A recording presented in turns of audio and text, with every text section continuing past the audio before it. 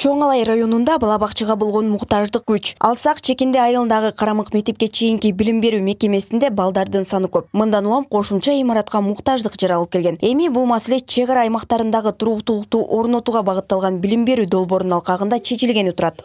Бакчабызда 3 группа окуйбуз. Ал эми 3-чү группабыз болсо 2 группа уктагандан кийин ошондо 2 саатка келип окуп кетишет. Ошол 3-чү группабызга кошумча корпус өтө зарыл. Мына ошол муктаждыкты чечүү үчүн биздин ошол патрип долбоор менен иштешип турабыз.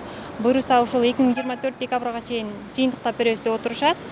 Андан сырткары бизде стулдар, мебелдерибиз жетишсиз. Ушулар боюнча дагы бизде азыр долбоорго кирип турат. Буюрса буларды да алып беребиз деп отурушат. Эң ири долбоорлордо бул Каракол каналынын курулушу.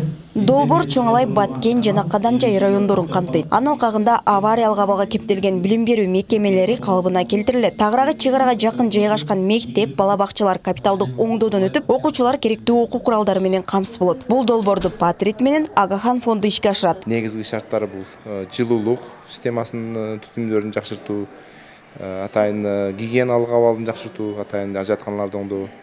Андан сырткары ошол мектептерге кошумча каналар түзүү, бүгүнкү күндө кошумча каналар түзүү жана компьютердик класстарды менен жабдуу болот. Андан сырткары биз бир эле инфраструктураны жакшыртуу эмес, балдарды быйылкы жылы Чоң Алай районунда баштадык.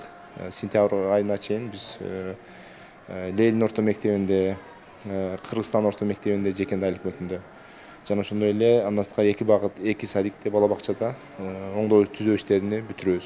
Ал эми Баткен районунда, Баткен областында, Баткен району жана Кадамжай райондорунда, быйыл Кадамжай районундагы Үч Коргон айлык мектебинде ошол мектептин атайын жылуулук системасын жакшыртуу жана компьютер класстары менен камсыздоо боюнча иш алып барабыз.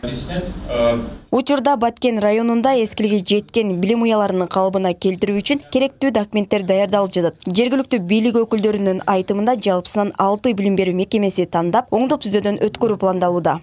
Бул жерде балдар бакчасында кошумча бөлмөлөр курулат, кошумча класс, ошондой эле мектептерде баягы жылытуу системалары ишке ашырылып, оңдолуп, түзөлүп ишке ашырылат. Буга чейин бул мектептер сайыз мезгилде курулган мектептер бүгүнкү күндө ошо оңдоп түзөөгө муктаж болуп атат. Ошондуктан программанын алкагында ушу долбоорго сунушталып, бүгүнкү күндө ушу долбоордун негизинде ишке ашырылат.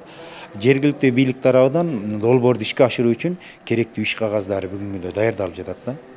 Этот проект финансируется правительством Германии. Чек ара аймактарындагы билим берүү мекемелеринин абалын жакшыртууга багытталган долбоор 3 жылга эсептелген. Бул аралыкта 5 мектеп, 6 бала бакча толук оңдолот. Ага жалпысынан 2 миллион евро өлчөмүндөгү каражат жумшалары мерчемделген.